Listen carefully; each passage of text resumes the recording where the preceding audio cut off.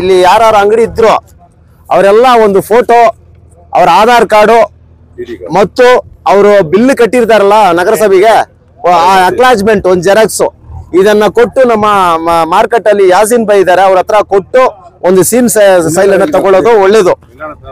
ನೋಡಿ ಇದರಲ್ಲಿ ಬಿಲ್ ಇದೆ, ರೆಂಟ್ ಕಟ್ಟಿರ್ತಕ್ಕಂತ ಬಿಲ್ಲು, ಮತ್ತೆ ಕರೆಂಟ್ ಬಿಲ್ ಇದೆ, ಮತ್ತೆ ಆಧಾರ್ ಕಾರ್ಡ್. ಇದು ಬಂದು ಈ ಪ್ಲಾನಿಂಗ್ ಇದು ಬೇಕಾಗಿಲ್ಲ, ಇದು ಎಲ್ಲರ ಹತ್ರ ಇರಲ್ಲ. ಅದು ಆಧಾರ್ ಕಾರ್ಡ್ ಎಲ್ಲರ ಹತ್ರ ಇದ್ದೇ ಇರ್ತದೆ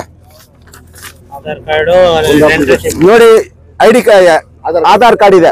ಸೊ ಈ ತರ ಒಂದು ಸೆಟ್ ಅನ್ನ ಮಾಡಿ ನೀವು ಆದಷ್ಟು ಬೇಗ ನಮ್ಮ ಮಾರ್ಕೆಟ್ ಆಫೀಸ್ ಅಲ್ಲಿ ಇರ್ತಕ್ಕಂಥ ಯಾಸಿನ್ ಅವ್ರ ಹತ್ರ ಕೊಡ್ಬೇಕಂತೇಳಿ ಈಗಾಗಲೇ ಆದೇಶಗಳು ಬಂದಿದೆ.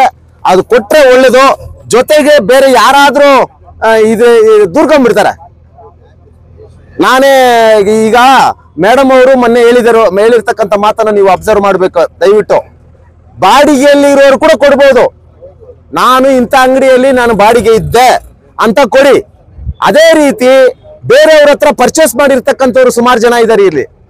ನಾನು ಇಂಥವ್ರ ಹತ್ರ ಪರ್ಚೇಸ್ ಮಾಡ್ಕೊಂಡಿದ್ದೀನಿ, ಆದ್ರೆ ನಾನೇ ಈ ಅಂಗಡಿಗೆ ಓನರ್ ಸದ್ಯಕ್ಕೆ. ಇಂಥವ್ರ ಹತ್ರ ನಾನು ತಕೊಂಡು ನಾನೇ ನಡೆಸ್ತಾ ಇದ್ದೀನಿ ಈ ಅಂಗಡಿಯಲ್ಲಿ ಅಂತೇಳಿ ಆ ಬಿಲ್ ಅಲ್ಲಿ ಬೇರೆ ಹೆಸರು ಇರ್ತದೆ, ಇಲ್ಲ ಅಂತ ಹೇಳಿಲ್ಲ. ಅದಕ್ಕಾಗಿ ಭಯ ಪಡೋದು ಏನ್ ಬೇಕಾಗಿಲ್ಲ. ಆ ಬಿಲ್ ಜೊತೆಗೆ ನಿಮ್ಮ ಹೆಸರನ್ನ ಬರೆದು ಕೊಡಿ, ಆ ಬಿಲ್ ಜೊತೆಗೆ ನಿಮ್ಮ ಆಧಾರ್ ಕಾರ್ಡ್ಗಳನ್ನ ಕೊಡಿ.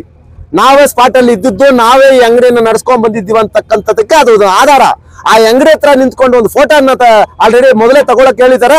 ತಕೊಂಡಿಲ್ಲ ಅಂತ ಹೇಳಿದ್ರು ಕೂಡ ಮಸ್ಟ್ ಅಂಡ್ ಶುಡ್ ನೀವು ಕೊಡ್ತೀರಲ್ಲ ಬಿಲ್ಲು, ಟ್ಯಾಕ್ಸ್ ಬಿಲ್ಲು ಹೇಳಿ. ಇದು ಬೇರೆ ವಿಚಾರಪ್ಪ, ಒಂದ್ ನಿಮಿಷ. ಇದು ಹಂಗಾಗಿ ನೀವು ಬಿಲ್ಲಲ್ಲಿ ಬೇರೆಯವ್ರ ಹೆಸರು ಇದೆ ಅಂತ ಹೇಳಿ ಏನು ಬೇಜಾರು ಮಾಡ್ಕೊಳ್ಳೋದು, ಭಯ ಬೀಳತಕ್ಕಂಥದ್ದು ಇಲ್ಲ. ಮೇಡಮ್ ಅವರು ಸ್ಪಷ್ಟವಾಗಿ ಹೇಳಿದ್ದಾರೆ, ಕಮಿಷನರ್ ಸ್ಪಷ್ಟವಾಗಿ ಹೇಳಿದ್ದಾರೆ, ವಲ್ಲಲ್ ಮುನ್ಸ್ವಾಮಿ ಅವರು ಸ್ಪಷ್ಟವಾಗಿ ಹೇಳಿದ್ದಾರೆ, ಯಾರ ಅಂಗಡಿಯಲ್ಲಿ ಜೀವನ ಮಾಡ್ತಾ ಇದ್ದಾರೋ ಅವ್ರಿಗೆ ಮಾತ್ರನೇ ಅಂಗಡಿ. ಇದರಲ್ಲಿ ನಾವು ಭಯ ಬಿದ್ಕೊಂಡು ಬೇರೆಯವ್ರ ಅಂಗಡಿ ಅಂತೇಳಿ ನಾವು ಭಯ ಬಿದ್ಕೊಂಡಿದ್ರೆ ಖಂಡಿತ ಅದು ನಮ್ಗೆ ಸಿಕ್ಕದೆ ಹೋಗ್ಬಿಡ್ತದೆ. ನೀವು ಅದಕ್ಕೆ ಯಾರು ಭಯ ಪಡ್ತಕ್ಕಂತ ವಿಷಯನೇ ಇಲ್ಲ. ನೀವು ಯಾರ್ಯಾರ ಅಂಗಡಿಯಲ್ಲಿ ಇದ್ರು ಅವ್ರು ಮಾತ್ರ ಅವ್ರ ಆಧಾರ್ ಕಾರ್ಡು ಮತ್ತೆ ಇದನ್ನ ಒಂದು ಪ್ರಿಂಟ್ ಮಾಡಿ ಈ ತರ ನೀಟಾಗಿ ಜೆರಾಕ್ಸ್ ಮಾಡಿ ನಮ್ಮ ಯಾಸಿನ್ ಬೈ ಹತ್ರ ಕೊಡ್ಬೇಕಂತೇಳಿ ಈ ಸಂದರ್ಭದಲ್ಲಿ ಹೇಳ್ಕೊಳ್ತೀನಿ. ಪದೇ ಪದೇ ನಾವು ನಮ್ಮ ಸಂಘಟನಾ ವತಿಯಿಂದ, ದಲಿತ ಸಂಘರ್ಷ ಸಮಿತಿ ಅಂಬೇಡ್ಕರ್ ವಾದ ವತಿಯಿಂದ ಕೂಡ ನಮ್ಮ ನಗರಸಭೆಯಲ್ಲಿರ್ತಕ್ಕಂಥ ಎಲ್ಲಾ ಕೌನ್ಸಿಲರ್ಗಳಿಗೆ, ಕಮಿಷನರ್ಗೆ ಮತ್ತು ಅಧ್ಯಕ್ಷರು, ಉಪಾಧ್ಯಕ್ಷರು, ಸ್ಟ್ಯಾಂಡಿಂಗ್ ಕಮಿಟಿ ಚೇರ್ಮನ್ ಅವರಿಗೆ ಮತ್ತು ವಿಶೇಷವಾಗಿ ನಮ್ಮ ಕ್ಷೇತ್ರದ ಶಾಸಕರಾಗಿರ್ತಕ್ಕಂಥ ನಮ್ಮ MLA ಮೇಡಮ್ ಅವರು ಕೂಡ ದಲಿತ ಸಂಘರ್ಷ ಸಮಿತಿ ಅಂಬೇಡ್ಕರ್ ವಾದ ಪರವಾಗಿ ನಾವು ಧನ್ಯವಾದಗಳನ್ನ ಹೇಳ್ತೀವಿ. ದಯವಿಟ್ಟು ಈ ಕೆಲಸವನ್ನ ಆದಷ್ಟು ಶೀಘ್ರದಲ್ಲಿ ಮಾಡಿಕೊಟ್ರೆ ಇನ್ನೂ ಸ್ವಲ್ಪ ಚೆನ್ನಾಗಿರ್ತದಂತೇಳಿ ನಾನು ಮನವಿಯನ್ನ ಮಾಡ್ಕೊಳ್ತೀನಿ.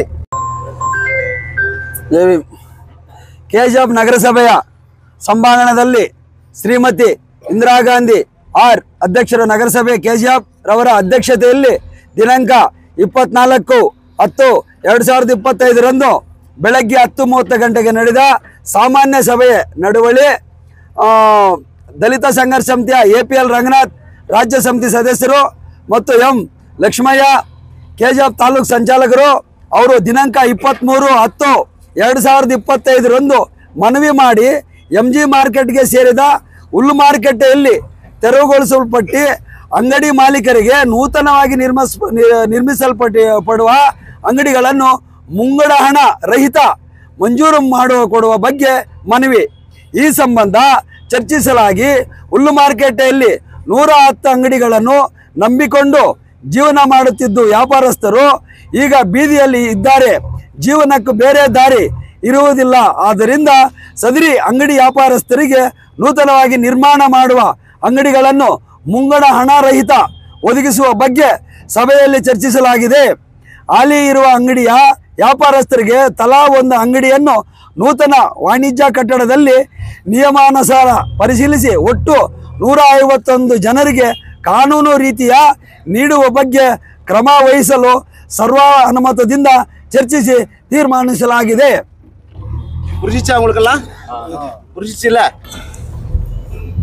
இது லெட்டரில் ஆல்ரெடி மேடமே நம்மளுக்கு கொடுக்குறாங்க, அது ரைட்டிங்கில் வேணும்னு நாங்கள் சொன்னோம்.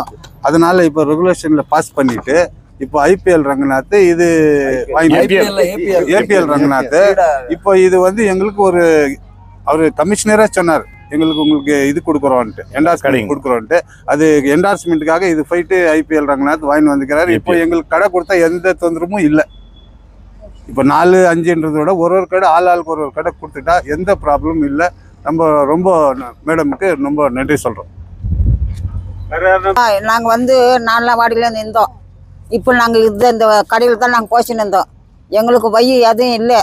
எங்களுக்கு 8 பசங்க யாரையும் சாப்பாடு போடுறது எங்கள் வீட்டுக்கு 8 மாதம் ஆச்சு. தயவுசெய்து இந்த இடத்துல வந்து எங்களுக்கு ஒரு கடை கொடுத்தா ரொம்ப நன்றி சார். உங்களுக்கு மேடம் ரொம்ப நன்றி. தீர்மானம் பண்ணிருக்காங்க, அதுக்கான மூல காரணம் எங்களுக்கு சீக்கிரம் கொடுக்கணும். நாங்கள் வந்து இப்போ வாடகை எங்களால கட்ட முடிய சாப்பாட்டுக்கு வழியில் அதுக்குது. எங்களுக்கு அந்த கடை இப்போ தயவுசெய்து கொடுத்தாங்க. இதில் நான் போச்சுக்க சார். நாங்கள் ரூபா மேடம் வந்து எங்களுக்கு கொடுக்கணும். எல்லாம் முடிஞ்ச அளவுக்கு எங்களுக்கு கொடுக்கணும். முனிசிபாலிட்டியில ரெசல்யூஷன் பாஸ் ஆயிருக்குது. கடைக்காரர்களுக்கு கடை கொடுக்கறதா அவங்க டிஎஸ்எஸ்காருக்கு ரெசல்யூஷன் காப்பி கொடுக்குறேன்னு சொன்னதுனாலதான் நம்மளும் வந்து ஒரு இது பண்ணி நம்பி எல்லாம் சொன்ன உடனே இடிச்சு எல்லாம் காலி பண்ணி கொடுத்துக்கிறோம். அது அவங்களா தயவு செஞ்சு நம்மளுக்கு கடை பண்ணி கொடுக்கணும். எவ்வளவு சீக்கிரம் ஆகுதோ அவ்வளவு சீக்கிரம் பண்ணி கொடுக்கணும். இப்போ இந்த ரெசல்யூஷன் காப்பி மேல என்ன சொல்றீங்க? நல்லது தான் பண்ணி கொடுத்துக்கிறாங்க.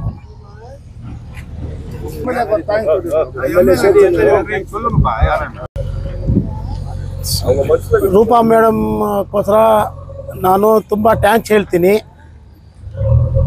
ಅವ್ರ ಮೇಲೆ ನಮಗೆ ತುಂಬ ನಂಬಿಕೆ ಇತ್ತು. ಆ ನಂಬಿಕೆ ನಮಗೆ ತುಂಬ ಒಳ್ಳೆಯದಾಯಿತು. ಪಾಸ್ ಮಾಡಿ ನಮಗೆ ಒಂದು ಅಥಾರಿಟಿ ಕೊಟ್ಟಿದ್ದಾರೆ. ಆಲ್ರೆಡಿ ನಾವು ಫಸ್ಟಿಂದ ನಾವು ಹೇಳ್ಕೊಂಡು ಬರ್ತಾ ಇದ್ದೀವಿ.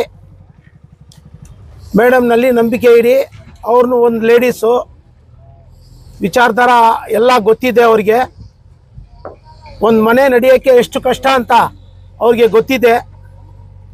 ಸಡನ್ಲಿ ನಮ್ಮ ಅಂಗಡಿ ಎಲ್ಲ ಹೊಡೆದ್ಬಿಟ್ರು.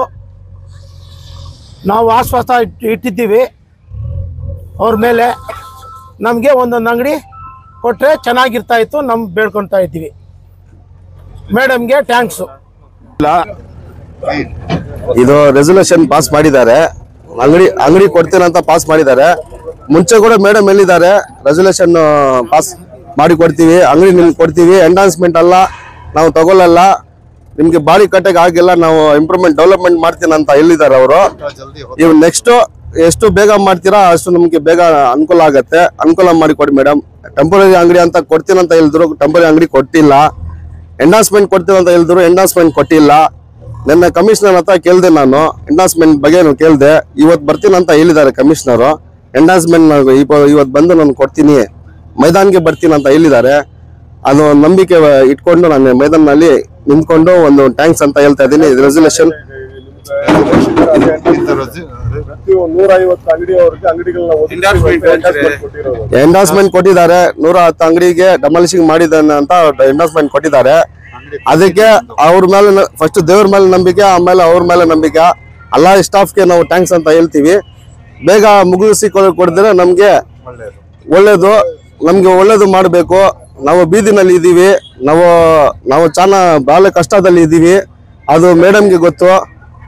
ಅದು ತಿಳ್ಕೊಂಡು ನೀವು ಬೇಗ ಮಾಡಿದ್ರೆ ನಮ್ಗೆ ಚೆನ್ನಾಗಿರುತ್ತೆ. ಈಗ ನೀವು ಇಷ್ಟು ದಿವಸ ಇದನ್ನೇ ಮಾತಾಡ್ತಾನೆ ಇದ್ದೀರಾ. MLA ಆಗ್ಲಿ, ನಗರಸಭೆ ಕಮಿಷನರ್ ಆಗ್ಲಿ, ಎಲ್ಲ ಅಧ್ಯಕ್ಷರಾಗ್ಲಿ ನಿಮ್ಗೆ ಒಂದು ಮಾತನ್ನ ಕೊಟ್ಟಿದ್ದಾರೆ. ಮಾರ್ಕೆಟ್ ಇನ್ಸ್ಪೆಕ್ಟರ್ ಹತ್ರ ನಿಮ್ಮ ಆಧಾರ್ ಕಾರ್ಡ್ಗಳು, ಫೋಟೋಗಳು ಕೊಡಿ ಅಂತ ಕೊಟ್ಟಿದಾರಲ್ಲ, ಎಷ್ಟು ಜನ ಕೊಟ್ಟಿದ್ದೀರಾ ನೀವು ಇದುವರೆಗೂ? ಎಲ್ಲ ಕೊಟ್ಟಿದ್ದಾರೆ, ಸ್ವಲ್ಪ ಜನ ಕೊಟ್ಟಿದ್ದಾರೆ. ನಾನ್ಗಳು ಕೊಟ್ಟಿದ್ದೀನಿ. ಅದು ಅಕ್ನಾಲಜ್ಮೆಂಟ್ ಎಲ್ಲ ಅವರು ತಪಾಲು ನಾನು ಮಾಡ್ಕೊಂಡು ಬಂದಿದ್ದೀನಿ. ಎಂಡಾನ್ಸ್ಮೆಂಟ್ ಕೇಳಿದೆ ನಾನು. ಅದು ಎಂಡಾನ್ಸ್ಮೆಂಟು ಇವತ್ತು ಬಂದು ಕೊಡ್ತೀನಿ ಅಂತ ಹೇಳಿದ್ದಾರೆ. ನನ್ನ ಹತ್ರ ಇದೆ, ಅವರು ಕೊಟ್ಟಿರೋದು ಸ್ಟಾಂಪ್ ಮಾಡಿ ಕೊಟ್ಟಿರೋದು ನನ್ನ ಹತ್ರ ಇದೆ ಅಂತ ನಾನು ಥ್ಯಾಂಕ್ಸ್ ಹೇಳ್ತೀನಿ. இளைஞர்கள் வாழ்வில் முன்னேற்றத்தை மட்டும் கனவு கண்டு அதற்கான வாய்ப்பு அமையாமல் தினந்தோறும் இயங்குபவர்கள் பல பேர் உண்டு. அப்படிப்பட்ட இளைய சமுதாயத்தினர் ஏதேனும் நாம் சாதித்து வாழ்வில் அங்கீகாரம் பெற மாட்டோமா என்ற இயக்கங்கள் போக்கும் வகையில் இனிதே துவங்கப்பட்டதுதான் ஸ்ரீ சாய் காம்ப்ளெக்ஸ் புதியதொரு வியாபார யுக்தி பெற்று முழு நேர வெற்றி பெற்ற வியாபாரியாக வாழ்வில் வெற்றி நடை போட்டு உங்கள் வாழ்நாளில் நீங்கள் வெற்றியால் என்றும் ஜொலித்து அடுத்த தலைமுறைக்கு உதாரணமாகிட நல்லதோர் தொடக்கத்தை ஏற்படுத்தும் வகையில் கட்டப்பட்டுள்ளது. ஸ்ரீ சாய் வணிக வளாகம் தங்கவயலின் ஆங்கிலேயர்கள் விட்டு சென்ற கட்டிடக்கலை மீண்டும் உங்கள் கண் முன் காண நீங்கள் அதற்கு செல்ல வேண்டிய ஒரே இடம் BML ஸ்ரீநகரில் மெயின் ரோட்டில் அமைந்துள்ள ஸ்ரீ சாய் காம்ப்ளெக்ஸ் மட்டுமே. ஒரு முறை நீங்கள் விஜயம் செய்தால் மட்டும் போதும், உங்கள் வாழ்வில் புதியதொரு தொடக்கம் உண்டாகும்.